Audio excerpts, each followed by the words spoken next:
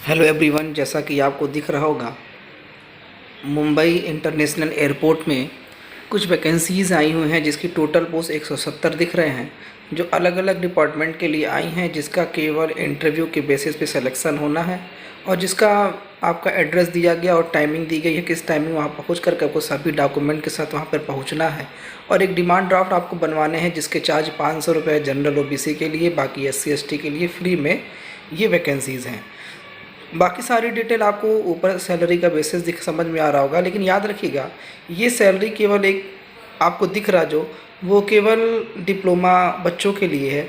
बाकी यहाँ देखिए 3 year diploma in mechanical, electrical, production, electronics, automobile, इन सब के लिए रैम सर्विस एक्जीक्यूटिव में आपको दिया गया है। लेकिन अगर हम बाकी की बात करें, आगे आपके और सारे डिपार्टमेंट जैसे ITI वाले बच्चे भी इस फॉर्म को फिलअप कर सकते हैं। ITI वाले बच्चों के लिए जो आपका देखिए यहाँ NCVT दिया गया है, टोटल कौन से ब्रांच के लिए दिया गया है, जैसे यहाँ पर मोटर व्हीकल के लिए दिया गया है, उसके बाद फिटर के लिए भी दिया गया है, उसके बाद आगे और पढ़ेंगे डीजल मैकेनिक के लिए, वेल्डर के लिए, इन सब के लिए याद रखिएगा इस फॉर्म को हम अप्लाई कर सकते हैं, जिसका डायरेक्ट इंटरव्यू बेसिस सिलेक्शन होना है। बाकी आगे का आप नीचे स्क्रॉल करते रहिए, बाकी जो है और भी क्वालिफ़िकेशन के साथ साथ क्या क्या चीज़ें मस्ट हैं जो होनी चाहिए। फ़िलहाल ये जो वैकेंसी है ये मुंबई इंटरनेशनल एयरपोर्ट की है, जिसकी कुछ नोटिफिकेशन है मैं आपको पढ़कर दिखाता हूँ, जिसका केवल इंटरव्यू बेसिस पे सिलेक्शन होना है।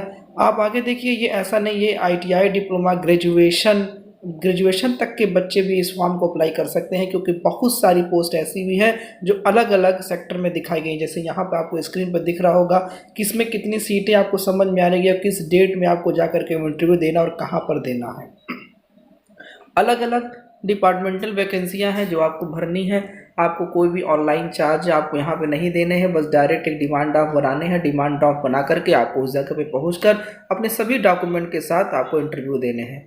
इंटरव्यू में नॉर्मली जनरली आपके जो भी हैं, यहाँ देखिए ये मैंने बताया था जैसे कि अलग अलग भी कई MBA के लिए वो तनख्वाह 60,000 रुपये लगभग रखी गई। ग्रेजुएशन के लिए बच्चों के लिए डिप्टी मैनेजर पैसेंजर की जो है वो दूसरे नंबर पे वो 45,000 रुपये दी गई है मंथली इनकम। उसके बाद आगे और जैसे स्क्रॉल करते जाएंगे तो अलग अलग पोजीशन के लिए अलग अलग सैलरी बेसिस पे इस डिपार्टमेंट में सीटें आई हुई हैं। और आगे जो सीटें कितनी किस पोस्ट के लिए, वो सबसे ऊपर के जो पन्ने थे उसमें आपने देखिएगा ये ग्रेजुएशन के लिए बच्चों के लिए देखिए 29,760 रुपये है। और इसके बाद आगे और देखिए रैंप मैनेजर, जो मैंने शुरुआत में आपको दिखाया था, रैंप मैनेजर में देखिए यहाँ 75,000 इंडियन रुपीज़ पर मंथ इसकी सैलरी है, लेकिन उसमें कुछ एक्सपीरियंस मांगे हैं। कुछ एक्सपीरियंस के साथ आपको वहाँ पर जाना होगा, तब आपकी जो मंथली इनकम है 75,000 रुपये तक जाएगी।